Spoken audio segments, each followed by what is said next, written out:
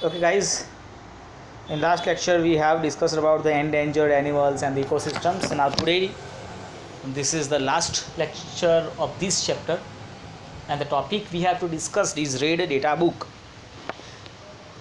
What is RAID data book guys? समझो, this is the book which tells us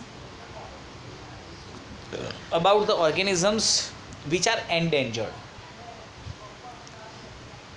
तो जो organisms endangered ख़त्म हो सकते हैं, डेंजर में है अभी, ये इनका डेटा मेंटेन करते हैं, इनके पास उनका रिकॉर्ड्स होता है. So there are different red data books for plants, animals and other species.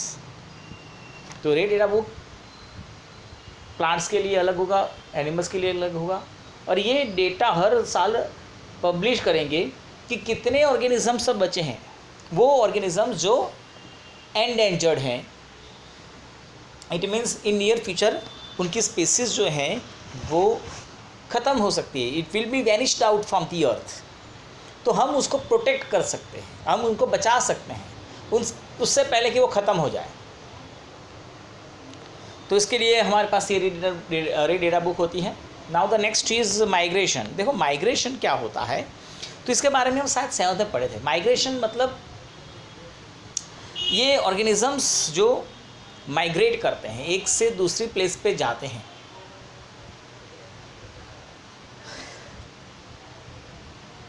So the exclusion party then enters deeper into the forest under the guidance of the Madhavji, and they sit near the Tawa reservoir to relax for some time.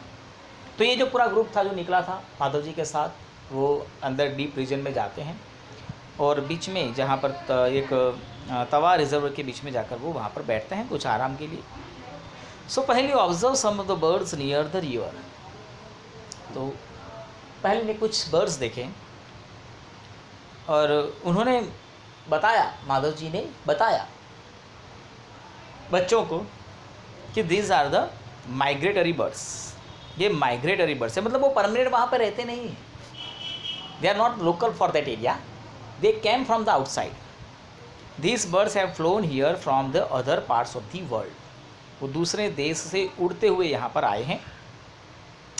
Migratory birds flies to far away areas every year during a particular time because of climatic changes. तो जैसे आपको पता है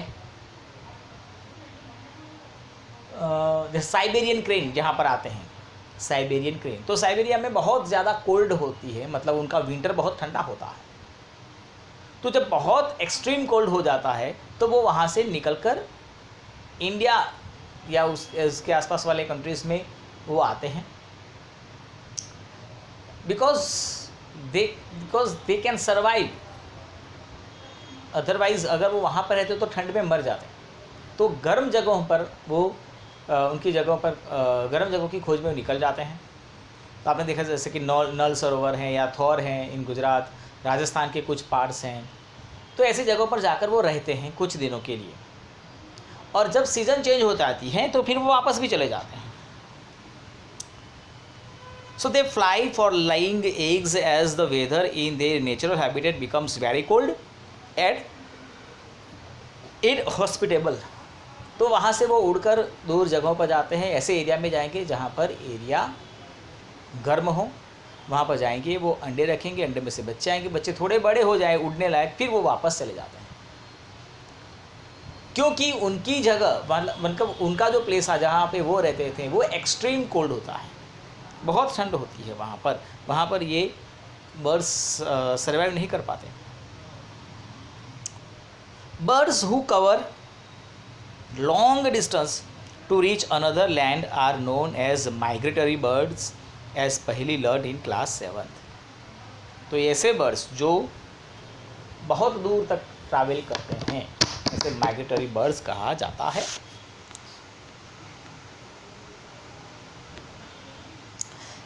Now guys, recycling of paper, I think this one is the last, no उसके बाद reforestation है. Okay, तो recycling of paper.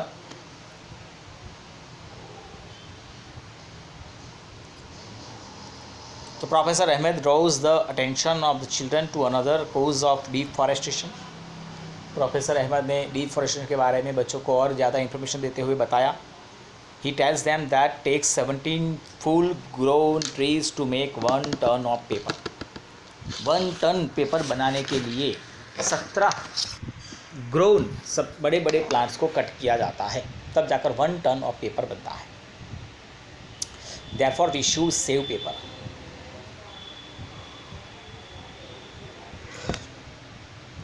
Professor Ahmed also tells that paper can be recycled 5 to 7 times for use. एक paper को आप 5 से 7 बार recycle कर सकते हैं।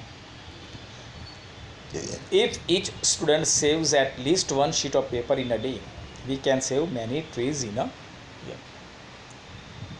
तो अगर हम इस तरह से पेपर को वेस्ट न करें, हमें ज़रूरत तो है पेपर की, we can use it, no problem, but waste अगर नहीं करेंगे तो भी हम बहुत सारे पेड़ को बचा सकते हैं। We should save, reuse and use the paper and recycle it. By this we not only save trees but also save energy and water needed for manufacturing paper. तो अगर आप पेपर बचाएंगे तो प्लांट को बचाएंगे, साथ साथ वे पेपर मैन्युफैक्चरिंग में जो इलेक्ट्रिसिटी, एनर्जी जो यूज़ होती हैं, जो वाटर यूज़ होता है, उसको भी हम बचा पाएंगे। Moreover the amount of harmful chemicals used in paper making will also be reduced.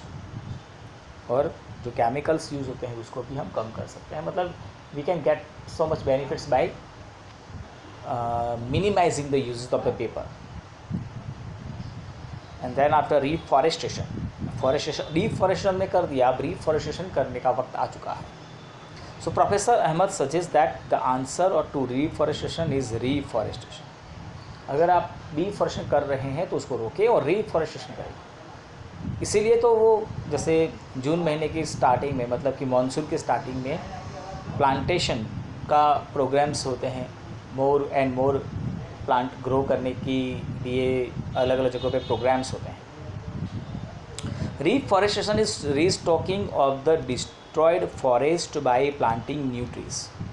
तो हम नए नए प्लांट्स लगाएंगे, जो पुराने थे ख़त्म हो चुके, चलो ठीक है, हो गया सो हो गया, लेकिन अब जागने का समय आ चुका है, अब हमें नए प्लांट्स ग्रो करने पड़ेंगे। And the planted trees should generally be of the same species which were found in the forest.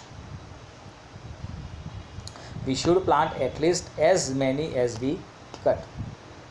तो प्लांटेशन करेंगे, जो भी हमने काटे हैं, मतलब जंगल में देखो किस तरह से प्लांट्स होते हैं, पेड़ होते हैं, उस तरह का प्लांटेशन कर सकते हैं। एटलीस्ट जितने काट रहे हैं उतने तो आपको प्लांटेशन करना ही पड़ेगा। Reforestation can take place naturally also. देखो नेचर जो है ना, वो अब देखो कि प्लांट जो फॉरेस्ट पहले कैसे डेवलप हुआ, तो नेचुरली ही हुआ होगा। नेचर ये सब कुछ कर लेता है। अगर हम कुछ नहीं करेंगे तो भी प्लांट ग्रो होंगे। अगर किसी ने कोई लैंड को डिस्टर्ब नहीं किया, ऐसे ही छोड़ दिया, तो वहाँ पे अपने आप पेड़ उगने वाले हैं और जंगल जो है वो अपने आप फैलेगा ही फैलेगा। लेकिन हम कर देते हैं क्या, cut. In a natural reforestation there is no role of human beings. We have already made a tremendous damage to our forest. Already हमने हमारे फॉरेस्ट को बहुत डैमेज कर लिया है। And if we have to retain, अगर हमें इसको बचाना है our green wealth को हमारे जनरेशन के लिए, so plantation of more trees is only option. मतलब आप कुछ भी कर लो, समझो आप, ऐसा तो नहीं है कि आप व्हीकल चलाना बंद करके पॉल्यूशन को कंट्रोल कर पाओगे, नो वे। अब ऐसा तो नहीं है कि इलेक्ट्रिसिटी का बंद करके आप पॉल्यूशन को रोकोगे, नो वे। ये सब तो हम नहीं करने वाले हैं, ये हो ही नहीं सकता है। हम इलेक्ट्रिसिटी को यूज़ करेंगे, हम पेट्रोल केमिकल डीजल कैरोसिन को यूज़ करेंगे, तो किस तरह से ये पॉल्यूशन को कंट्रोल कर पाएंगे। तो हमारे पास एक ही ऑप्शन बचता है, वो है प्लांट। प्लांट ही हैं जो कार्बन डाइऑक्साइड को एब्जॉर्ब करके हमें ऑक्सीजन प्रोवाइड करते हैं। They are the green lungs for us. और इसीलिए हमें प्लांटेशन करना ही पड़ेगा। Professor Ahmad told them that in India we have the forest conservation act. This act is aimed at preservation and conservation of natural forest and meeting the basic need of the people living on near the forest. तो हमारे पास हमारे देश में एक ऐसा forest act है जो forest को प्रिजर्व करने के लिए, उन वहाँ पे जो लोग रहते हैं उनके कंजर्वेशन के लिए बनाया गया है. Then after some time, some rest, Madhavji asked children to start moving back because it is not advisable to stay back in the jungle after sunset. फिर माधव जी जो थे उन्होंने सबको बताया कि अब आगे नहीं बढ़ते हुए अब हम वापस चलेंगे, क्योंकि अब शाम होने को आ गई है और रात में जंगल में रुकना डेंजर हो सकता है. On getting back, professor Ahmad and children thank Madhav ji for guiding them through this exciting experience. So guys, ये चैप्टर यहाँ पर ख़त्म हुआ और इस चैप्टर से हमें ये पता चला कि ये फॉरेस्ट वाइल्ड लाइफ हमारे लिए कितना इम्पोर्टेंस है.